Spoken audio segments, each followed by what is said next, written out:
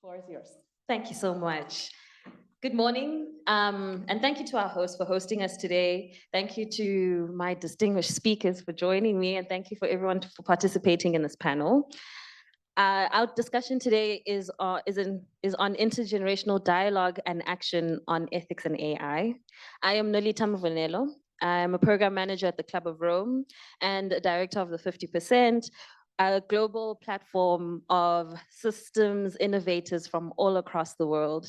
So this conversation of intergenerational leadership and AI is a very important one to me and my peers, and I'm very excited for the discussion we're gonna have today. There's a QR code on the screen, as per usual. Please feel free to ask questions to our speakers so we can have a more engaged and involved conversation.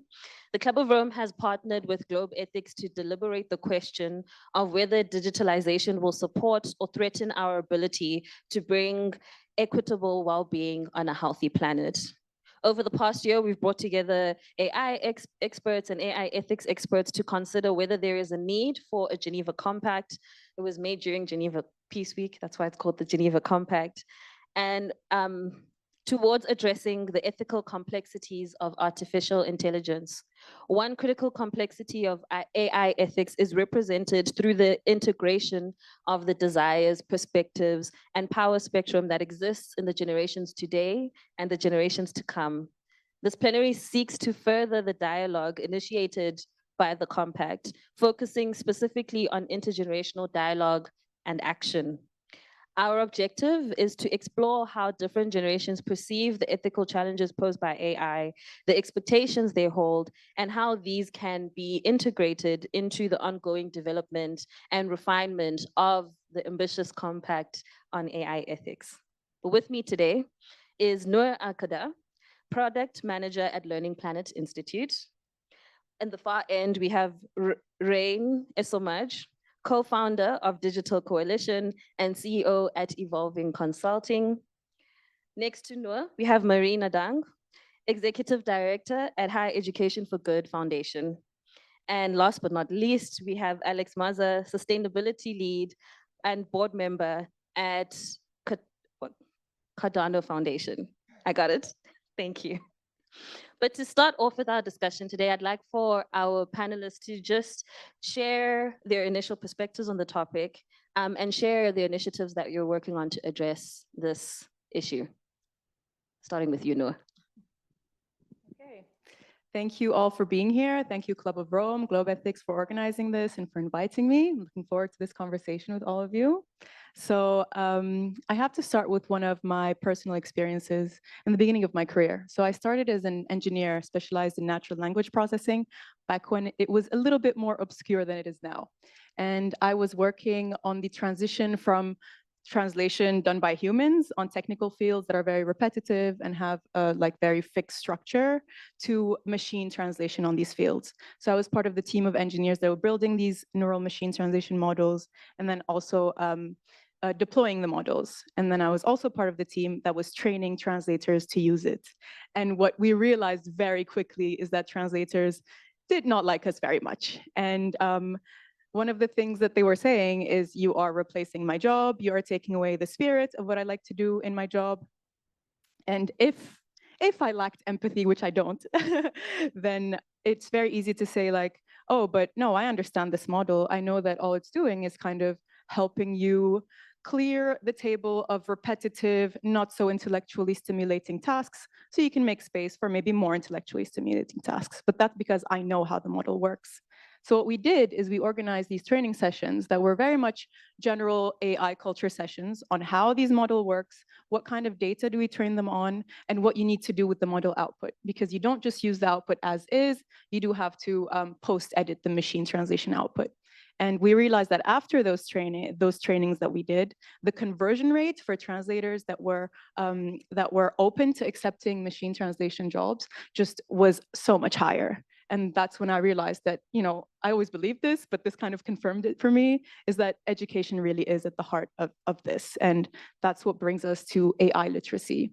And I truly believe that if you have people in all levels and in all steps of model creation and deployment that are educated on the ethical concerns, but also on how the model works, it's not just about data scientists learning about ethics and ethicists learning about data science. It really is about creating an ethical ecosystem around AI creation and deployment, and that goes through literacy at all levels in all generations. And when we think about literacy, we're talking about that human or those humans in the context where a model is deployed that are there to interpret the model output. So we really are giving back to these people through education, their agency to make decisions based on a model output. It's not just the model's output, it's what is the outcome in that context. And when I'm speaking about outcomes versus outputs, now there has been a movement since I think 2019 with fairness metrics that have been released that are supposed to tell you how fair your model is in production. And even though a model can seem fair with a number, we do realize that that's not the same in production.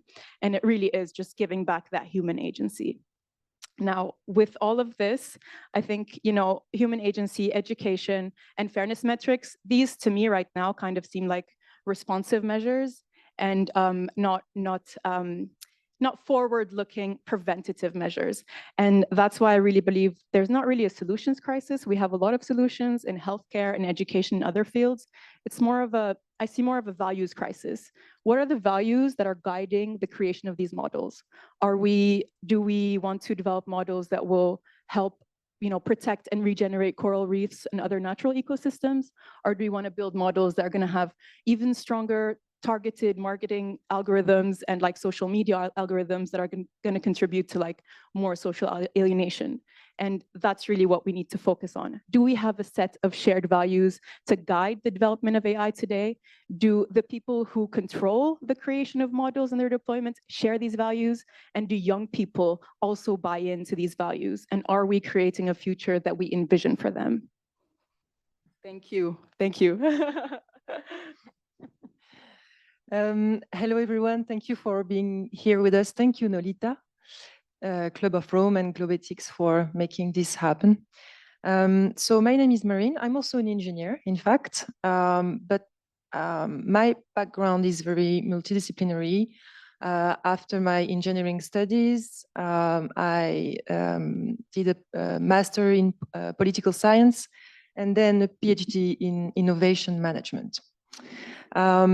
So after that, to make this story short, because we don't have a lot of time, and I don't want to talk about me, but I want to talk about this project. Today, I lead this amazing project called Youth Talks. So please remember that and put a note, open your smartphone, whatever, but look for Youth Talks. This is the largest youth consultation ever today. We started from scratch 2 years ago, so it was a dream. And today, along our consultations, we managed to get the opinions of more than 40, in fact now, 55,000 young people coming from 212 countries and territories. What makes us very specific and very innovative is the fact that we ask these young people open-ended questions. We invite them to freely discuss different hot topics.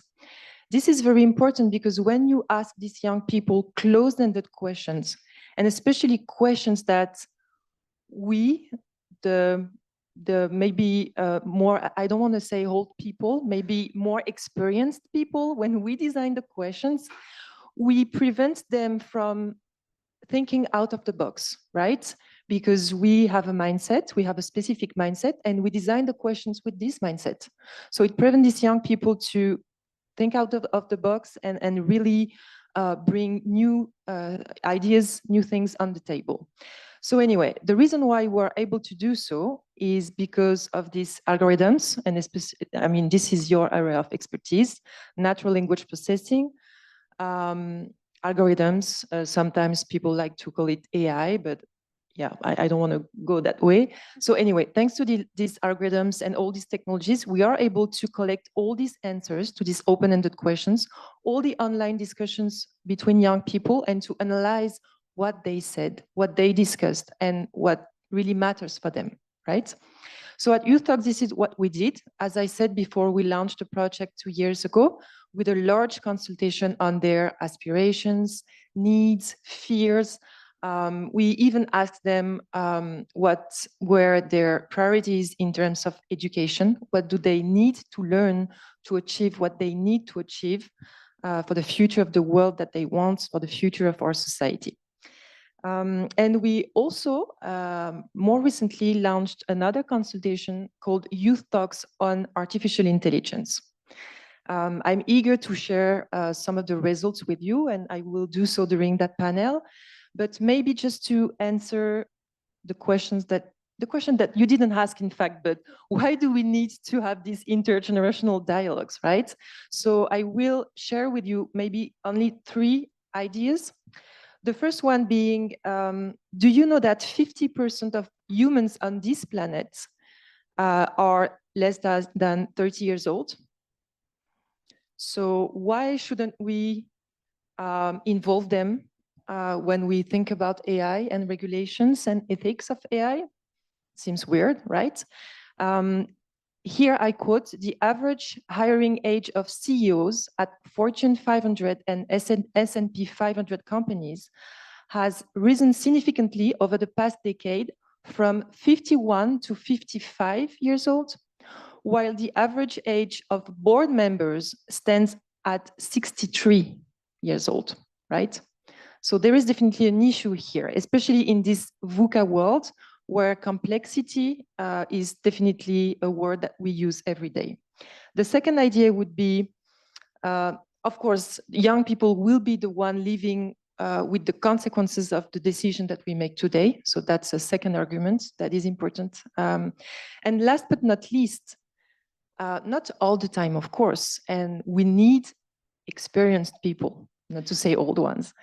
I'm 30 something, so I'm kind of out of the bracket range. I mean, it depends what you consider being the young people, like, so anyway, but we definitely need experienced people. But these days, because of the complexity of the world, and especially because of the technology that we have to live with day after day, we need these young people, because sometimes, like more often, now they really understand the complexity of that world. They understand these technologies. I mean, for most of them, they were practically born with these technologies. They grew up with these technologies. So we need to also have their inputs. Thank you very much. Hello, everybody. My name is Alex Maaza, and I'd like to thank you all for lending your ears and your brains to this panel discussion just before lunch.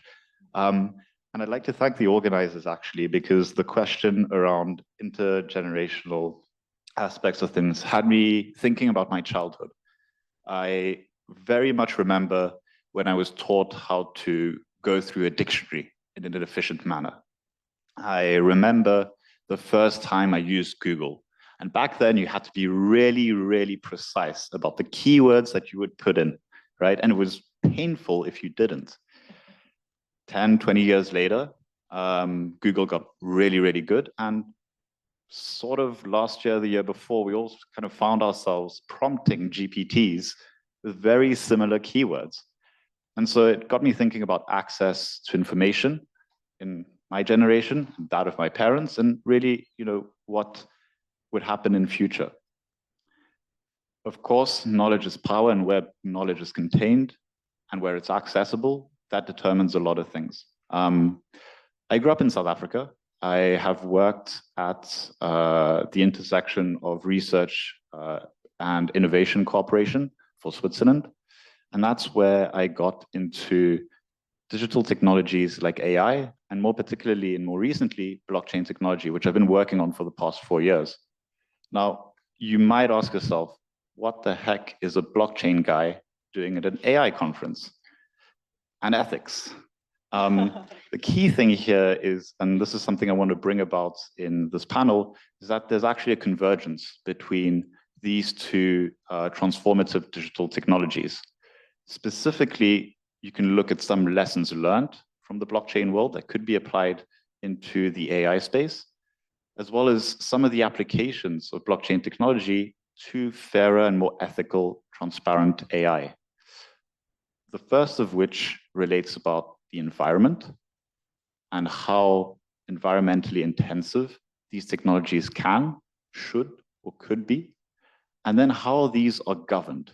We heard a lot about people's, well, these language models' biases, who holds the keys to power in terms of creating them. And these are some of the things that I'd like to touch on today. Thank you. Hi, everybody. My name is Reine, and like the other member of the panel, I'm an engineer, but I don't really like to talk about the technical things when it comes to technology, which is my background. I rather talk about technology by usage, basically because I think that technology is a means to improve and have a positive impact in our daily lives. Last year, I was to attend a conference on on leading innovation in the area of AI, a conference by Francis Ford Coppola, and he was actually explaining how he brings innovation into his job as a filmmaker. And that was quite interesting. And from that, you can see that tech actually ends up in every sector of life. And something that was interesting about this conference was that most of his, the main conclusion from Francis Ford Coppola was to actually envision the fact that in the future, we might not have kids, we might have cyborgs as kids. And I was actually quite threatened by that. I should be a tech evangelist, like Sita mentioned, but I'm not, actually. I think about tech by usage. And what I see from my experience as a consultant is the fact that bringing technology in our society has changed mainly one thing, is the way we communicate, and build on what has been said in the previous panel about engaging every strait and every demographics into the conversation is very crucial for us to design proper solutions. So intergenerational dialogue is really at the foundation of that, because we can see that if you look at the different demographics in terms of age, gender, diversity, or maybe the cultural background, what is important for people is actually that they don't understand, they don't communicate in the same way. And where ethics and AIs can actually, or tech in a general way, can actually help us, is actually to bring a convergence on how we communicate all together, being not self-centered, but mainly other-centered. So if you are a senior, if you are an adult, or if you are a youth, then we communicate in various and different ways. And tech is not going to help us to communicate in the same way. That would never happen. Humanity is about diversity. But AI or tech generally can actually help us to communicate or to understand or to better understand each other, so that we have solutions that speaks to everyone and that are inclusive. So I will keep it here and then maybe expand later on. Thank you. Thank you so much for all of you for introducing your perspectives and your work on this topic, and it's multifaceted. And I guess it's because the challenge itself is complex, because having a conversation about generations is hard. It's like saying, let's have a conversation about half of all humans and how we should involve them in dialogue and action. However, challenging as all-encompassing, or an opportunity as all-encompassing as emerging technologies requires, as you'd say, Marine, that complex level of engagement and depth. And maybe there's also an opportunity to look into what have we learned before and what do we need to learn. So Alex, I'll bring this one to you because you had mentioned earlier about there are some transferable learnings between blockchain and artificial intelligence when it comes to how we consider the impacts and the ethics.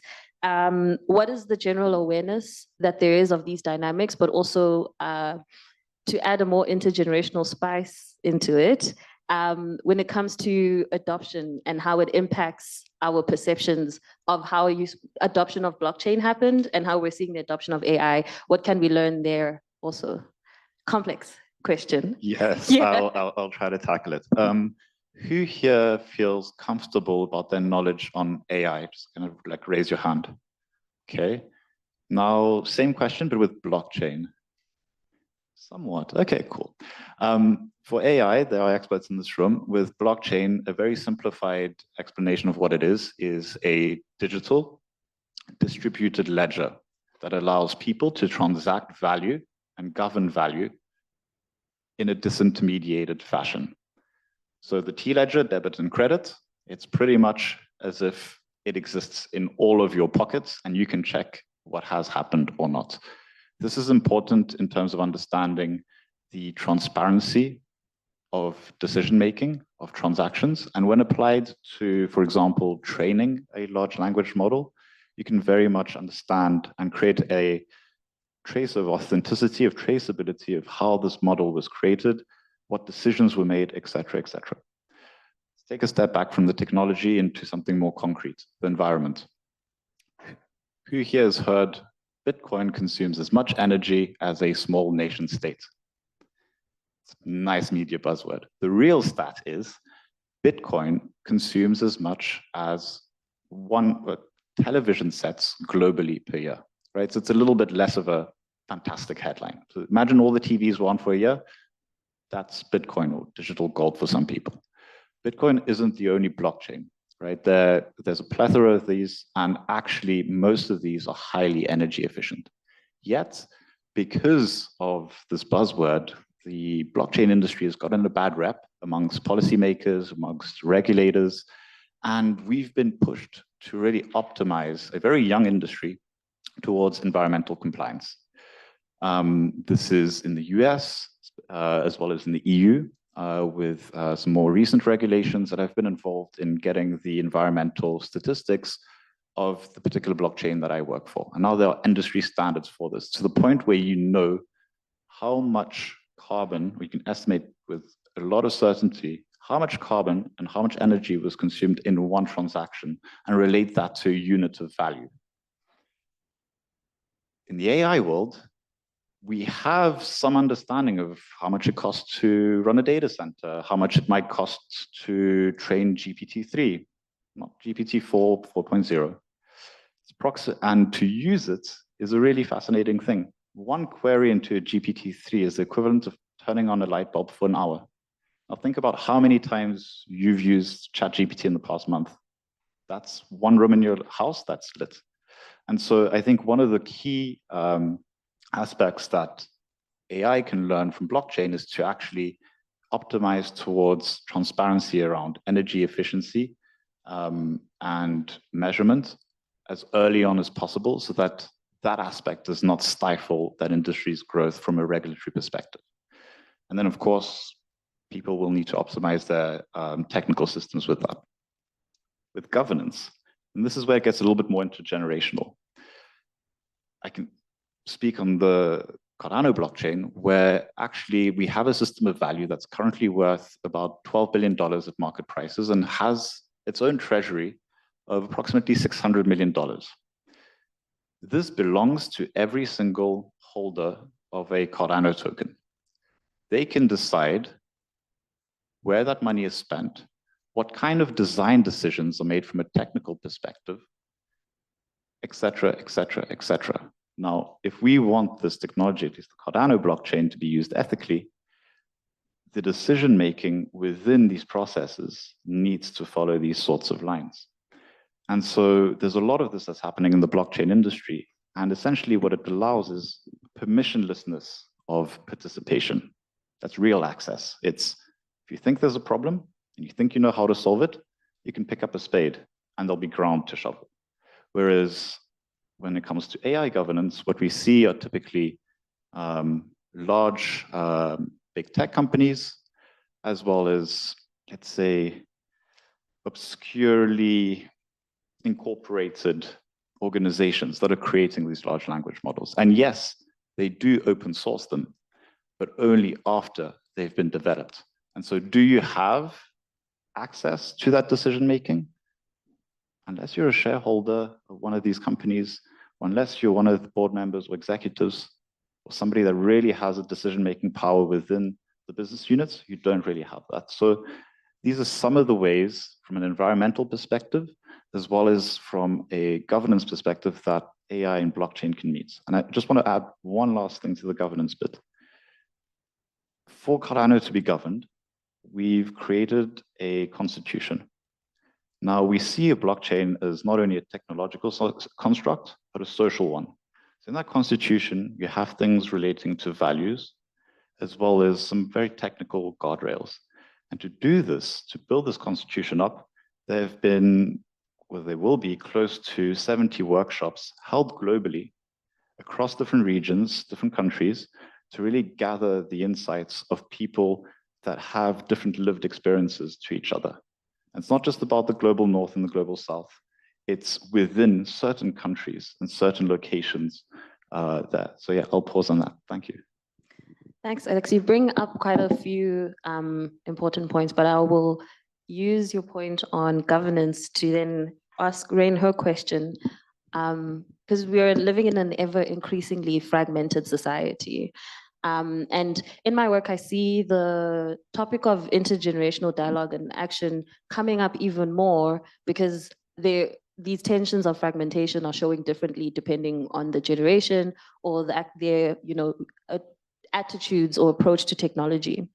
So how do we address this from the perspective of creating an inclusive and sustainable society?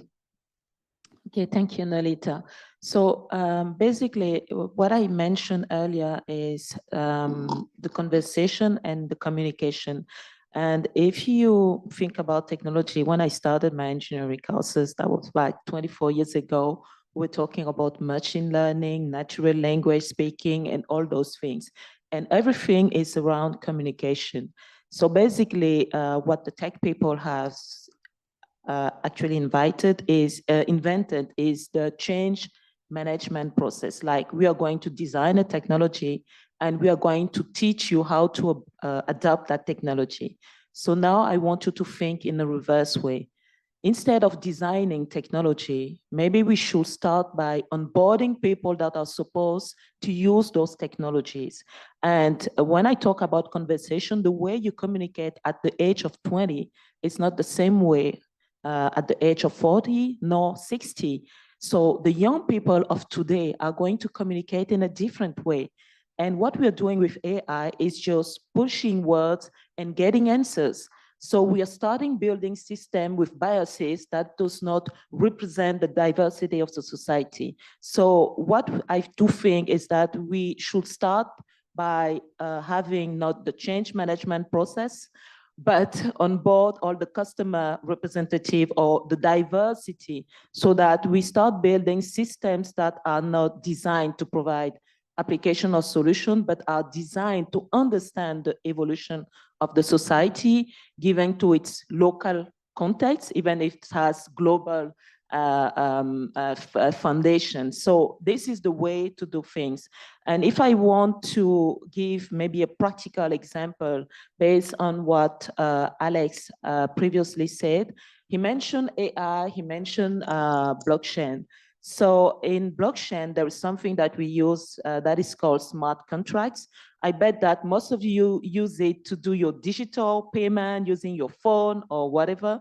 You don't know what is the tech behind, but you use it. So when you have to design maybe digital payment, the way young people are going to use digital payment is not the same way that maybe senior or adults are going to use digital payments. So, given people's sensitivity to security, privacy, they're going to use it in a different way. So if you have all those customer representatives, then you are able to build a solution that respects the tech principle, but also fits the need and the way people want to communicate and to get the information. Some of them would like to get their receipt, their ticket into the physical mode, into by email, not printing at all, just showing, etc. So all that, we do it.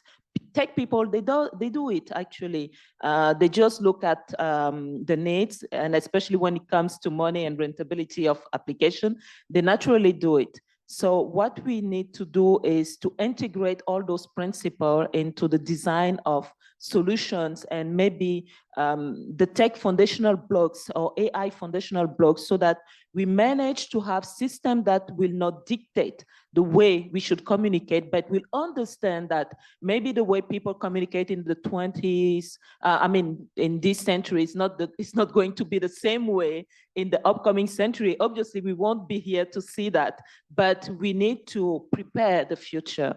And I do think that when it comes to tech, it's basically about understanding what people, what are the human expectation actually.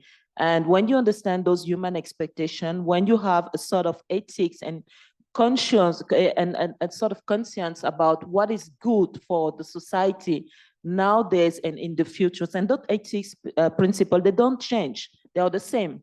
So we can apply them and build technological systems that evolve with our society. And that journey is not impossible. I really like this Anthony Robbins quote, like, the only impossible journey is the one you will never start. I think we are able to do that. And it just requires a small will to put that theory into action and start doing the right things. Thank you. Human expectation and communication, you mentioned that as central to what you were sharing. And also you're speaking about like technology for its use. So it makes me want to then go over to you, Reine. Because when I think about communication and its evolution, I also think about social media and how that also, changed how we communicate with one another, etc. And different voices are then able to be heard in a fragmented society. However, being heard does not mean that everyone is recognized as a stakeholder, or their perceptions and their desires are integrated into the creation of a technology, et cetera, et cetera. So how can young people play a role in ensuring AI ethics? And how can they keep it as a central focus in those discussions, and be recognized as real stakeholders when it comes to deploying, implementing, creating, governing different technologies? This is a very hard one. Thank you very much, Nolita. Okay, so of course there are many ways to involve young people when it comes to that kind of topic, and very important topic. So I will not discuss all of them. The UN General Secretary said not so long ago that with young people, we have different ways of interacting. Either we ignore them, which we used to do a couple of years ago. We can listen to them, dialogue with them, or co-construct with them. And I guess this is what we want, right? Co-construct with 50% of this population who is under 30 years old.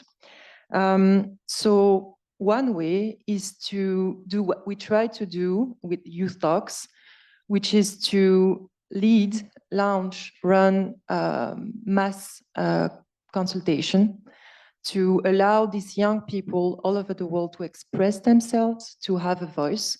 Again, we were not able to do so a couple of years ago because we didn't have the technology to analyze and do something about what they had to say. We could collect their voices, but then nothing. Just to give you an idea, with youth talks during the first consultation, these 50,000 young people, they shared with us more than 1 million ideas. What do you do with 1 million ideas if you don't have the technology to analyze it, right? So we analyzed these 1 million ideas.